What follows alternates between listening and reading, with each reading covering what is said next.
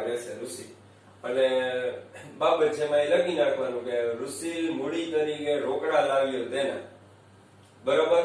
હવે જે પેલા હવાલામાં બે ઇકોનોમિકલ ટ્રાન્ઝેક્શન્સ આપ્યા. એક ઋષિલ મૂડી તરીકે રોકડા લાવે, સેકન્ડ વન ઋષિલ 24,000 રૂપિયા ફોર ગુડવિલ પાઘડીના રોકડા લાવે. તો આપણે અંદર કે સાહેબ તો બે પ્રકારના રૂપિયાનો લઈ આવ્યો. બરોબર, સાચી વાત છે. બે પ્રકારના રૂપિયા લઈ આવ્યો. એક પોતાના માટે લઈ આવ્યો 1 લાખ અને 24,000 રૂપિયા લઈ આવ્યા ઋષિ, પણ એ આભા ને બીના માટે. માય ડિયર ફ્રેન્ડ્સ, આ બાબત બરોબર સમજો કે નવી પેઢીમાં પ્રવેશ પામતી વખતે, ચાલુ પેઢીમાં પ્રવેશ પામતી વખતે નવો ભાગીદાર પાઘડીના રૂપિયા રોકડા લઈ આવે ને, એ હંમેશા પેઢીની પ્રતિષ્ઠાનું મૂલ્ય લઈ આવે છે. પેઢીની પ્રતિષ્ઠાનું મૂલ્ય તો પેઢી કોની?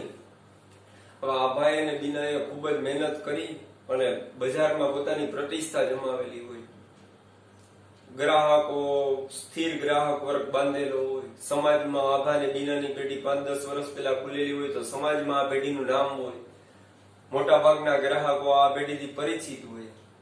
પણ ઋષિલને આનો લાભ સીધો મળશે. ઋષિલને ધંધો જમાવવા માટે કોઈ પણ પ્રકારનો સંઘર્ષ કરવાનો નથી. ઋષિલને નવા ગ્રાહકો ગોતવાના નથી. ઋષિલને તો સીધું કેપિટલ ઇન્વેસ્ટ કરી અને ભાગીદાર થઈ જવાનું છે. તો આભાને બીના એની પાસેથી પોતાની ગુડવિલની અમાઉન્ટ માંગશે કે જેને પાઘડીના રૂપિયા કહેવાય. તો એ ફરજિયાત દરેક ચાલુ ભાગીદારી પેઢીમાં પ્રવેશ આપતી વખતે નવા ભાગીદારે લઈ આવવા પડે ને લઈ આવવા જ પડે ગુડવિલના રૂપિયા. ભલે એ નો લઈ આવે ને તો બાકી રાખી શકાય, પણ એડજસ્ટમેન્ટ તો કરવાનું કે નવો ભાગીદાર આવતો હોય ને ત્યારે એને આપણે ગુડવિલની અમાઉન્ટ, ભલે એની પાસે એટલી રકમ ન હોય, ઘણી વખત એવું બને કે નવો ભાગીદાર હોય ને એ એમ કે ભાઈ તમારી ગુડવિલ સાચી પણ મારી પાસે અત્યારે નથી, મારી પાસે લાખ હતા એ મેં તમને આપી દીધા, હવે કઈ ન હોય તો કઈ વાંધો નહીં, તો આપણે એ ડેબિટ ટ્રાન્ઝેક્શન તરીકે એનું મૂલ્યાંકન કરી શકીએ. પણ અહીં તો આપણને ટેક્સ્ટ બુકમાં લખેલું જ છે પહેલા હવાલામાં, बराबर उसमें लिखा हुआ है कि रुसिल 24,000 rupees for goodwill gets in cash. 24,000 રૂપિયા રોકડા પાઘડીના લઈ આવે છે. તો આમાં રૂપિયા એવા કે નો આવે? બરાબર છે, રાઈટ. તો રૂપિયા આવે ત્યારે પેઢીમાં રોકડા રૂપિયા કેશ આવે ત્યારે કેશ અને બેંક અકાઉન્ટ, એટલે કે રોકડ અને બેંક ખાતું, રોકડ વધે એટલે રોકડ અને બેંક ખાતું ઉધાર થશે. તો આ વ્યવહાર માટેની આમ નોંધ રોકડ / બેંક ખાતે ઉધાર.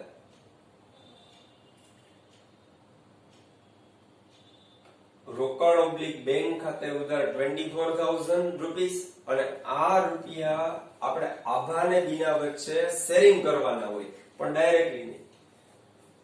શેરિંગ કરવા માટે પહેલા તો આ પૈસા કઈ મેટર ના આવે છે એ મેટરના ખાતામાં જમા કરવાના ને ત્યારબાદ પછી એને આપણે એમંગ ધ પાર્ટનર શેરિંગ કરી શકીએ. એટલે આ પૈસા પાઘડી ના આવે અને એને પાઘડીનું પ્રીમિયમ કહેવાય. એટલે એવો એક પ્રશ્ન પણ આવે છે કે પાઘડીની પ્રીમિયમ પદ્ધતિ એટલે શું? પાઘડીની પ્રીમિયમ પદ્ધતિ એટલે શું? તો સિમ્પલ આન્સર કે નવો ભાગીદાર પાઘડીની રકમ રોકડમાં લાવે. બરોબર, પાછું એક વખત મારી સાથે બોલજો. નવો ભાગીદાર પાઘડીની રકમ રોકડમાં લાવે.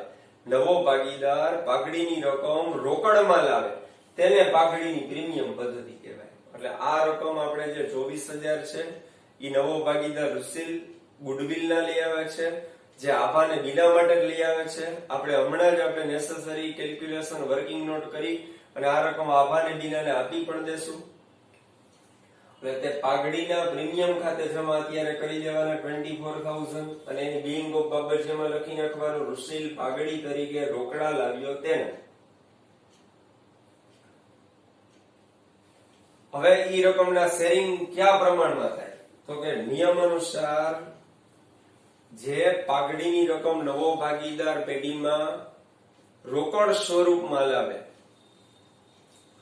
આ રકમ જૂના ભાગીદારો વચ્ચે ત્યાગના પ્રમાણમાં શેરિંગ કરવાની હોય. ત્યાગ, sacrificing ratio, not in old ratio, not in new ratio. અવારનવાર બોર્ડના પેપરમાં એમસીક્યુ આવે કે પાઘડીની રકમ નવો ભાગીદાર રોકડમાં લાવે, પાઘડીની રકમ નવો ભાગીદાર રોકડમાં લાવે તો તે જૂના ભાગીદારો વચ્ચે કયા પ્રમાણમાં વહેંચાશે?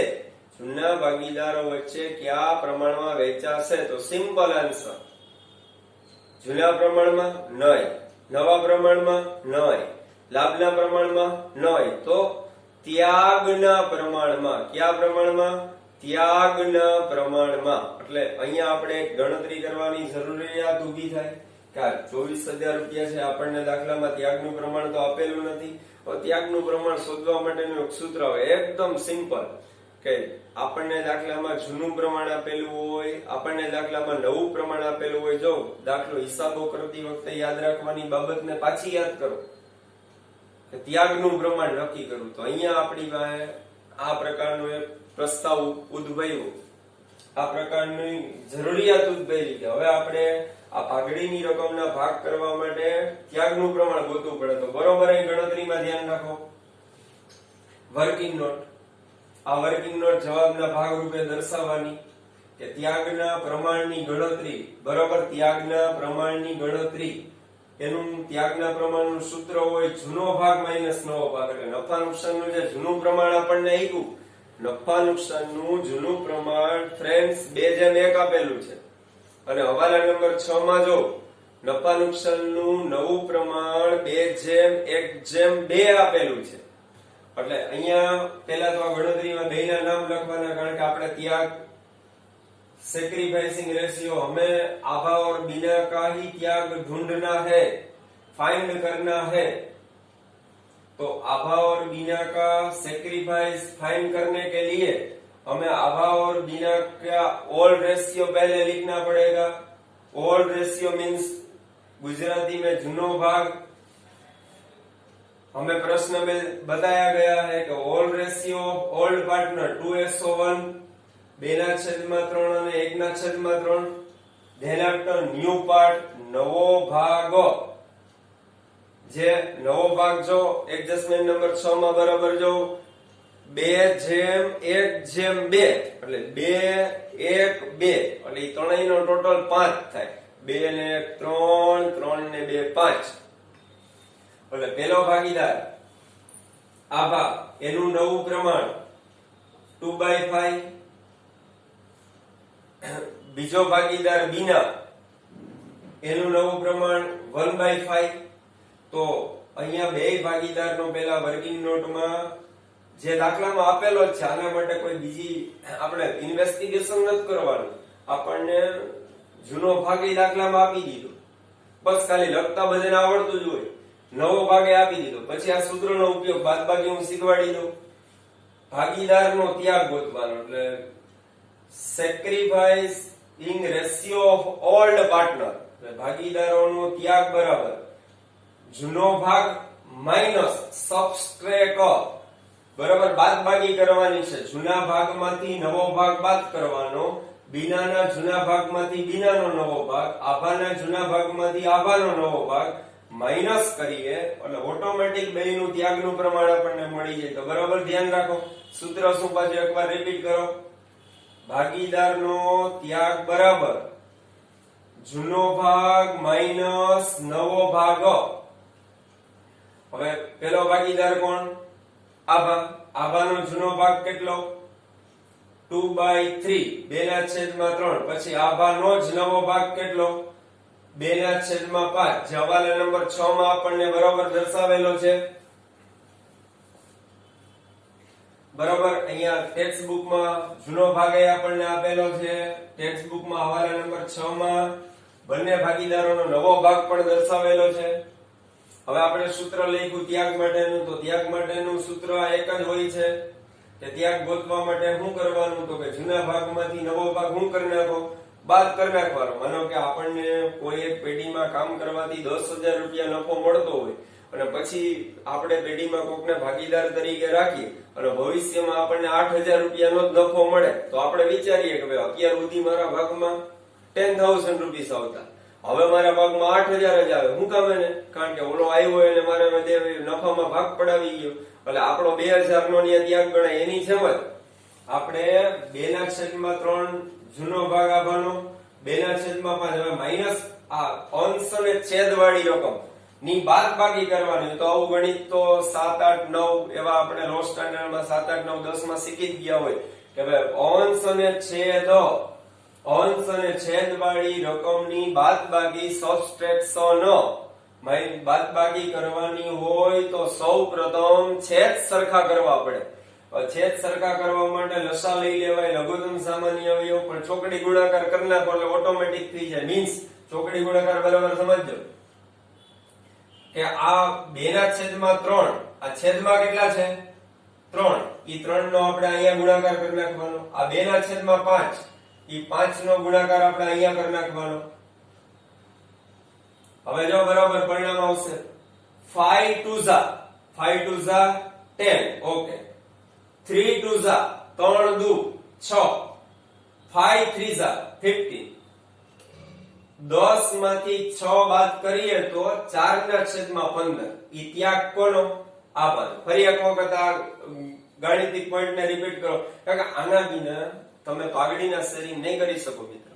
એટલે આ બહુ સરળ છે, એકદમ સરળ. આવું વર્ક મોટા ભાગના વિદ્યાર્થીને આવડી જ જાય. કોઈ દિવસ આ રોંગ પડે જ નહીં, કારણ કે આમાં એવું કઈ વેરિએશન નથી. આપણે કઈ નથી ધારણા કરવાની, નથી કઈ એવા ચલ ધારવાના, કઈ નહીં. સિમ્પલ આપણને જે મેટર આપી ને બાદબાકી કરવાની છે. ખાલી બાદબાકી અંશ અને છેદવાળી છે ને એટલો જ તફાવત છે. 2/3 જૂનું પ્રમાણ કોનું આભાર, 2/5 નવું પ્રમાણ કોનું આભાર. તો હવે આની બાદબાકી 2/3 માંથી 2/5 ભાગ બાદ કરવો હોય તો ડાયરેક્ટ આપણે કેમ 10,000 માંથી 8,000 બાદ કરીએ તો સિમ્પલ 2,000 આવે, ખબર પડે. આમ ડાયરેક્ટ નો ખબર પડે. ડાયરેક્ટ સીધી આની બાદબાકી કરવા માટે શું કરવાનું? છેદ સરખા કરવાનું. છેદ સરખા કરવા માટે કેવો નિયમ કે ભાઈ આ 2/3 છે તો છેદમાં કેટલા છે ચોકડી ગુણાકાર કરવાનો. આ 3 ને ઓલા પદારે ગુણ નાખો, આ 2/5 આ 5 ને આ પેલા પદારે ગુણ નાખીએ એટલે આ રકમ અંશારે ગુણે ને છેદારે ગુણે, આ રકમ પણ અંશારે ગુણે ને છેદારે ગુણે, છેદ કોમન થઈ જાય.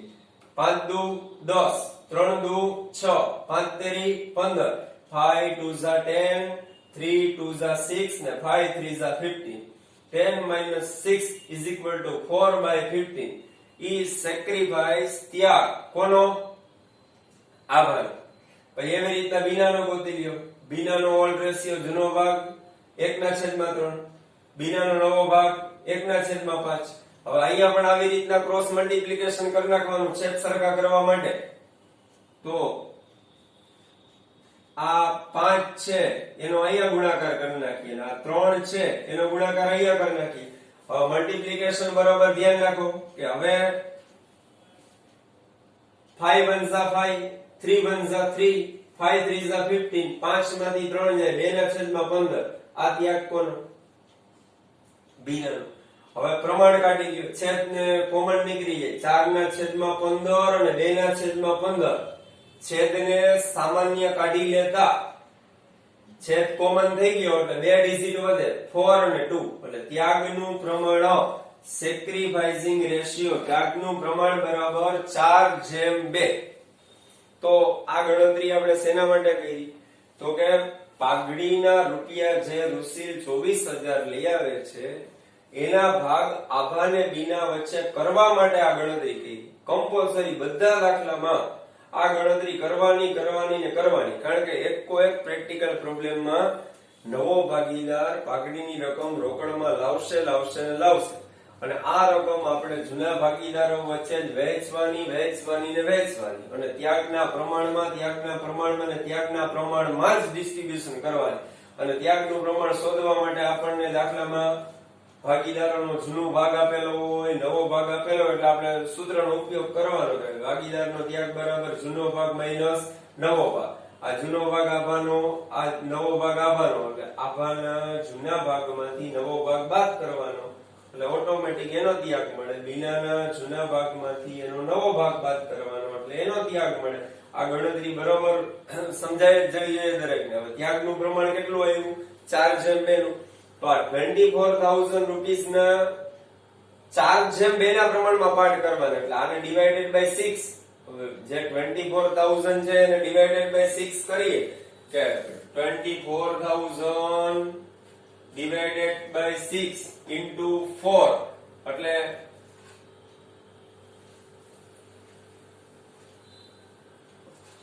16,000 રૂપિયા આભાને મળે 24,000 into 2 divided by 6 એટલે 8,000 રૂપીસ આ 24,000 માંથી બીનાને મળે તો જો બરાબર જનરલ એન્ટ્રીઝ માં એ બાબતનો ઉલ્લેખ છે 16,000 ને 8,000 અહીંયા બરાબર કેલ્ક્યુલેશન આવીને આમ તો કેલ્ક્યુલેટર માં થઈ જાય કે આપણે 24,000 રૂપિયા ને 4/2 ના પ્રમાણમાં આ રીતના શેરિંગ કરી શકીએ તો આ આમનો આ પ્રમાણે થશે પાઘડીનું પ્રીમિયમ ખાતું જે ઉદ્ભવ્યું આપણે ખોલ્યું એને બંધ કરી દઈએ પાઘડીના પ્રીમિયમ ખાતે ઉધાર 24,000 તે આભાના મૂડી ખાતે જમા 16,000 તે બીનાના મૂડી ખાતે જમા 8,000 અને એની બિંગ ઓફમાં પાઘડીની રકમ ત્યાગના પ્રમાણમાં વહેંચી તેના બરાબર તો પહેલો હવાલો જે છે એ પહેલા હવાલાની આ રીતના 3 આમનોંધ થશે કે હવાલા નંબર 1 માં નવો ભાગીદાર રુસિલ મૂડીના કેટલા લઈ આવે છે 1 લાખ તો પેઢીમાં રોકડ આવી એટલે રોકડ પેઢીમાં આવે છે તેથી રોકડ અને બેંક ખાતે ઉધાર કરવાના આ રોકડ લાવનાર કોણ આપનાર કોણ રુસિલ તો એના ખાતામાં ઈ રકમ 1 લાખ તે રુસિલના મૂડી ખાતે જમા રૂપિયા 1 લાખ ત્યારબાદ ઈ જ હવાલામાં આપણને રુસિલ 24,000 રૂપિયા પાઘડીના લઈ આવે તો નવો ભાગીદાર પાઘડીની રકમ રોકડમાં લાવે નવો ભાગીદાર પાઘડીની રકમ રોકડમાં લાવે તેને પાઘડીની પ્રીમિયમ પદ્ધતિ કહેવાય તો એનું ડિસ્ટ્રીબ્યુશન ડાયરેક્ટ નહીં કરવાનું પણ પહેલા આપણે ઈ પ્રીમિયમના ખાતામાં જમા કરી દેવાના પછી ખાતું બંધ કરી અને ત્યાગના પ્રમાણની ગણતરી કરી અને આભા અને બીના વચ્ચે આ રકમ ડિસ્ટ્રીબ્યુશન કરી નાખવાનું તો પહેલા ઈ વ્યવહારમાં પૈસા એવા ઈ લેવા માટેની આમનો કે 24,000 આવ્યા એટલે રોકડ અને બેંક ખાતે ઉધાર રૂપિયા 24,000 સેના આવ્યા પાઘડીના રોકડા આવેલે શું કહેવાય પાઘડીની પ્રીમિયમ પદ્ધતિ તે પાઘડીના પ્રીમિયમ ખાતે જમા રૂપિયા 24,000 હવે એમાં બાબત છે એમાં રુસિલ પાઘડી તરીકે રોકડા લાવ્યો તેના ત્યારબાદ આના ત્યાગના પ્રમાણની સીધી ગણતરી કરી નાખવાની બેયના જૂના ભાગમાંથી બેયનો નવો ભાગ બાદ કરી નાખવાનો આપણને પ્રશ્નમાં જૂનો ભાગ પણ આપેલો છે અને નવો ભાગ પણ આપેલો છે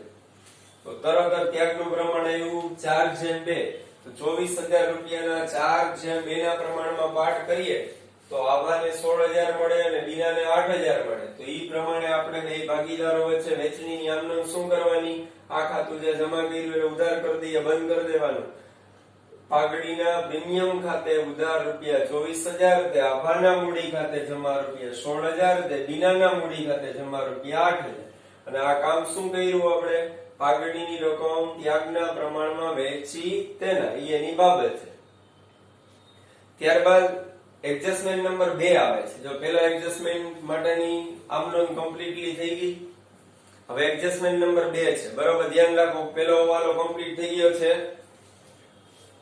સરવૈયામાં જે આમનોંધ આપી છે એ બધી આમનોંધ આપણે કરી નાખેલી છે પાકા સરવૈયામાં આપેલા એકત્રિત થયેલ નફાની આમનોંધ પાકા સરવૈયામાં આપેલા પાઘડીનો વ્યવહાર માંડી વાળવાનો એની આમનોંધ પાકા સરવૈયામાં એકત્રિત થયેલ ખોટ જાહેરાત ઝુંબેશ ખર્ચની આમનોંધ લખી નાખી સમજાવી દીધી હજી લખવાની ભલે બધાને બાકી છે उसके बाद हमें जो बैलेंस शीट के नीचे जो कंडीशंस एडजस्टमेंट हवाला दिए गए हैं उसमें से फर्स्ट ट्रांजेक्शंस में रुसिल जो 1 लाख रुपीज फॉर कैपिटल हमारी पेटी में रुसिल जो मूडी के रुपये निवेश करता है उसकी आमनोंध हमने कर डाली समझ ली है उसके बाद कोई भी नया भागीदार हमारी पेटी में गुडविल की अमाउंट लाता है तो उसे क्या बोलते हैं बच्चों तो उसे गुजराती में पाघડીની પ્રીમિયમ પદ્ધતિ કહેવાય તો એના માટે બે આમનોંધ કરવાની એક તો પૈસા આવ્યા એટલે cache and bank account debit to goodwill's premium account credit then after we have to calculation of sacrificing ratio of all partners इस पेटी में all partners कौन कौन से है आबा और बीना तो आबा का ऑल रेशियो 2:1 है और बीना का और उसका एडजस्टमेंट नंबर 6 में हमें नया रेशियो 2:1:2 मीन्स आभा 2/5 और बीना 1/5 उसका न्यू रेशियो दिया गया है तो त्याग का एक ही सूत्र होता है बच्चों, त्याग हमें सेक्रीफाइस गोतने के लिए ओल्ड रेशियो में से न्यू रेशियो सब्सट्रेक्ट करना है। जूना भागમાંથી નવો ભાગ બાદ કરવો એવું કહેવાય ગુજરાતીમાં। तो वो कैलकुलेशन बराबर बोर्ड में समझाई गई है। जो बोर्ड के राइट हैंड साइड के कॉर्नर में लिखी है वो बराबर ध्यान रख के समझ लो। इन केस ऐसा होता है कि आपको देखने में दिक्कत होती है तो उसको पॉज करके उसका स्क्रीनशॉट कर लेना चाहिए और वो कैमरा में फोटा तरीके आ जाएगा और फिर देख लेना चाहिए। और इसके बाद एडजस्टमेंट नंबर सेकंड में हमें जो जमीन मकान की प्राइस में इंक्रीज करने वाली बात बताई गई है। वो एडजस्टमेंट नंबर सेकंड में हमें बताया गया है कि जमीन मकान की कीमत में 17,000 रुपीज ऑफ हुआ है, इंक्रीमेंट हुआ है। तो ये ट्रांजेक्शन्स की हम किस तरह से आमनम करेंगे बच्चों?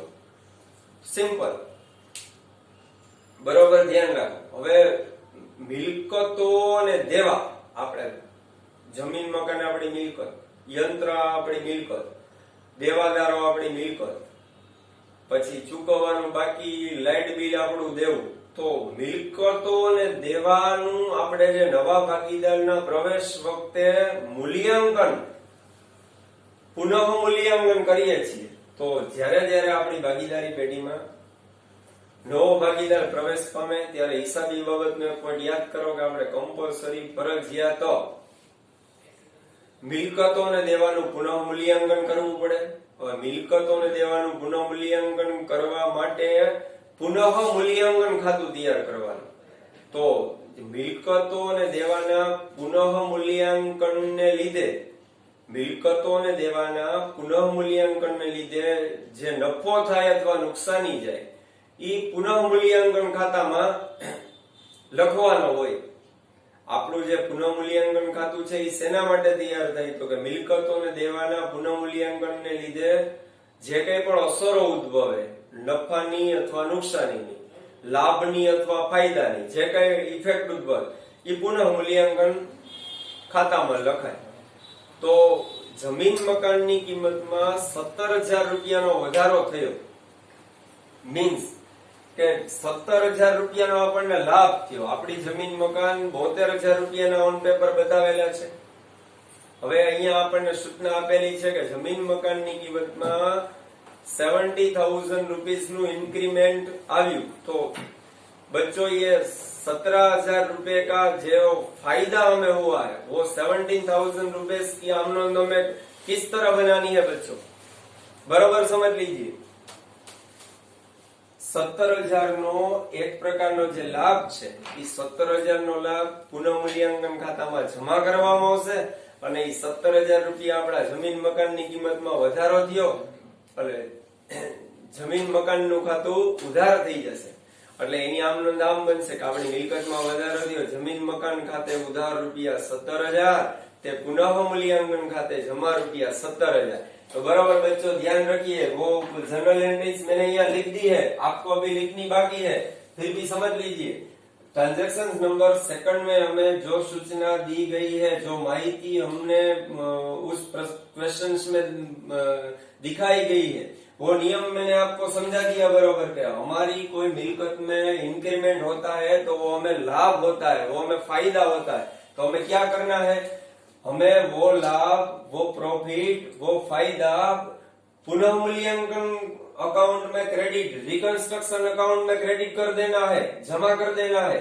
तो બધા દાખલામાં બરોબર આ જ પ્રમાણે કરવાનું કે આપણી મિલકતોમાં આપણને લાભ થાય તો પુનઃ મૂલ્યાંકન ખાતું જમા કરી દેવાનું અને જે તે મિલકતનું ખાતું ઉધાર કરવાનું। એનાથી ઊંધું મિલકત ઘટે, મિલકતમાં નુકસાની જાય તો એ નુકસાનીમાં પુનઃ મૂલ્યાંકન ખાતું ઉધાર કરવાનું અને જે મિલકત ઘટી હોય એ મિલકતનું ખાતું જમા કરી દેવાનું। સિમ્પલ। તો અહીંયા હવાલા નંબર 2 માં આપણને જમીન મકાનની કિંમતમાં 17,000 નો વધારો થયો તો એની આમનો દા પ્રમાણે થશે કઈ મિલકત વધી? લેન્ડ એન્ડ અસેટ, જમીન મકાન। તો land and asset account debit means जमीन मकान खाते उधार 17,000, ते पुनः मूल्यांकन खाते जमा रुपया 17,000 बीइंग ऑफ જમીન મકાનની કિંમતમાં વધારો થયો તેના आफ्टर एडजस्टमेंट नंबर थर्ड बराबर ये जो एडजस्टमेंट नंबर सेकंड में बच्चों जो ट्रांजेक्शन दिया गया है वो समझ में आ गया। तो ऐसे कितने भी ट्रांजेक्शन हो जमीन मकान ની કિંમતમાં વધારો થયો, ફર્નિચરમાં વધારો થયો, બીજી કોઈ મિલકતની કિંમતમાં રોકાણોની કિંમતમાં વધારો થયો, તો એ બધાય માટે આમનો એક સરખી થાય। જે મિલકત વધી હોય એ મિલકતનું ખાતું ડેબિટ ઉધાર કરવાનું અને જે લાભ થયો હોય બધાને ખબર પડે કે આ વૈધા એટલે લાભ જ છે તો એ રકમથી પુનઃમૂલ્યાંકન ખાતું જમા કરી દેવાનું। હવે ટ્રાન્ઝેક્શન નંબર 3 માં આનાથી ઓપોઝિટ આપણને આપ્યું કે યંત્રની કિંમત 32,000 સુધી ઘટાડવી। એટલે 32,000 સુધી ઘટાડવી એટલે 32,000 માય ડિયર ફ્રેન્ડ્સ ઘટાડવાનું નથી, પણ અંદર જો જૂની કિંમત એની 40,000 છે, જો જૂની બેલેન્સ શીટમાં સરવૈયામાં યંત્રની કિંમત 40,000 છે ને હવે રાખવાની છે 32, તો 8,000 રૂપિયાનો ઘટાડો થયો, 8,000 રૂપીસ નો લોસ। તો એના માટેની આમનોંધ આ પ્રમાણે થશે કે નુકસાની છે એટલે પુનઃ મૂલ્યાંકન ખાતે ઉધાર, પુનઃ મૂલ્યાંકન ખાતે ઉધાર રૂપિયા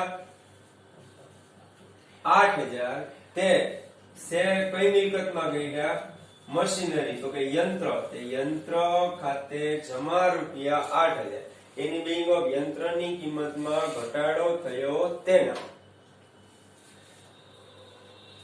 આમનો હવાલા નંબર 3 સુધીની આવી ગઈ।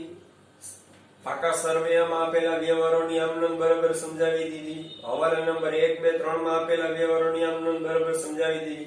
હવે બધી આમનોંધ બોર્ડમાં લખેલી છે, તો દરેક વિદ્યાર્થીઓએ ખાસ હવે 3 પેજ જેટલું આમનોંધનું ડ્રો કરી નાખો।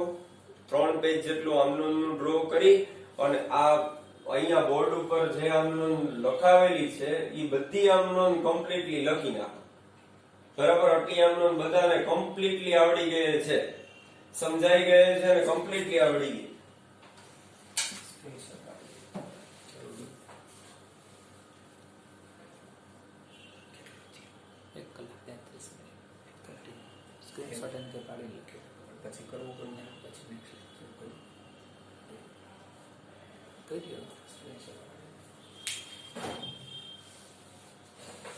अब बच्चों ये जो बोर्ड में मैंने सब आमनोंध आपको समझा दी है, आपको अभी लिखनी बाकी है, तो अब उसका आप स्क्रीनशॉट ले लेना वीडियो स्टॉप करके, और ये अपनी नोटबुक में खूब अच्छी तरह से आपको 3 पेजेस ड्रॉ करना है आमनोंध के लिए, समझ लीजिए।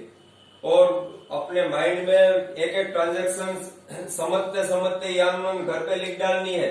अब मैं अपने अगले लेक्चर में, नेक्स्ट माय वीडियो लेक्चर में, आपको रिमेनिंग ट्रांजैक्शंस अभी जो एडजस्टमेंट नंबर 4, एडजस्टमेंट नंबर 5, उन 2 ट्रांजैक्शंस की आमनोंध करनी बाकी है। और अभी तो हमें इस प्रैक्टिकल प्रॉब्लम में हिसाबों करना तो बाकी है, अभी तो हमने आमनोंध वाला ही प्रश्न सोल्व किया है बच्चों, बराबर। तो इस जिन समय तक मैं आपको नेक्स्ट लेक्चर सेंड न करूं तब तक ये लेक्चर रिवाइज करना। नोटबुक में अपनी फेयरबुक में एडब्ल्यू की बुक में ये सब लिख डालना है। तो बराबर मेहनत करनी है आपको, नियमित रेगुलरली आपको घर में 5-7 आवर्स तक काम ही करना है।